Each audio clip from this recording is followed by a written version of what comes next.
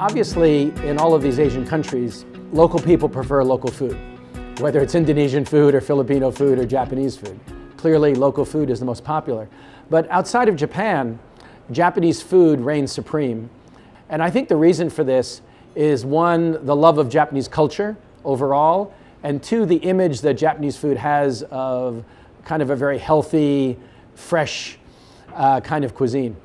But the interesting thing about Japanese food is that while Japanese food is so popular, the majority of the chains which have been developed in Asia Pacific are not by Japanese companies. They're actually by local entrepreneurs that have developed Japanese concepts. They've gone to Japan, they've basically copied Japanese ideas and brought them back to their local countries. Let's take the example of Indonesia. Indonesians love Japanese food. And if you go into most of the malls in Indonesia, they're very, very dominated by local Indonesian concepts. And in the food court, you notice a concept called Hoka Hoka Bento. Hoka Hoka Bento has over 200 stores throughout Indonesia.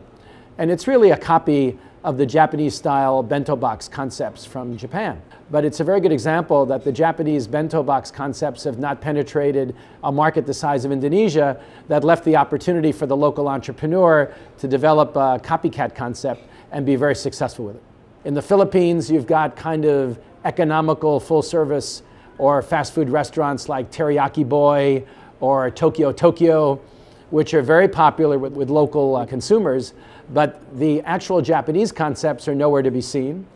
And in China, for example, you've got a concept like Dayu Teppanyaki, which is extremely popular, but at the same time, the Japanese concepts themselves from Japan have been less successful. Probably the most successful Japanese concept overseas is Yoshinoya.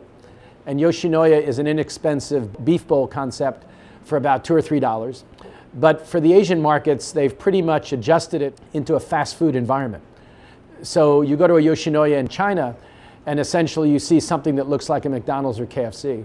But overall, the primary reason that Japanese restaurant chains from Japan have not been successful overseas is really due to the insular nature of Japanese management and the fact that they're just not as good salesmen as Americans are for their own concepts. So in summary, nobody knows really how big Japanese restaurant chain size is in Asia Pacific. It's huge. It continues to grow. It's dominated by local entrepreneurs. But there's a lot of opportunity for Japanese food concepts from Japan if they really start focusing on the overseas markets and really looking and trying to find good partners and being reasonable with terms and conditions. If they do all that, there's no reason why tempura, why tonkatsu, why unagi, why other types of Japanese cuisine cannot develop. And as I always say, it's not all sushi.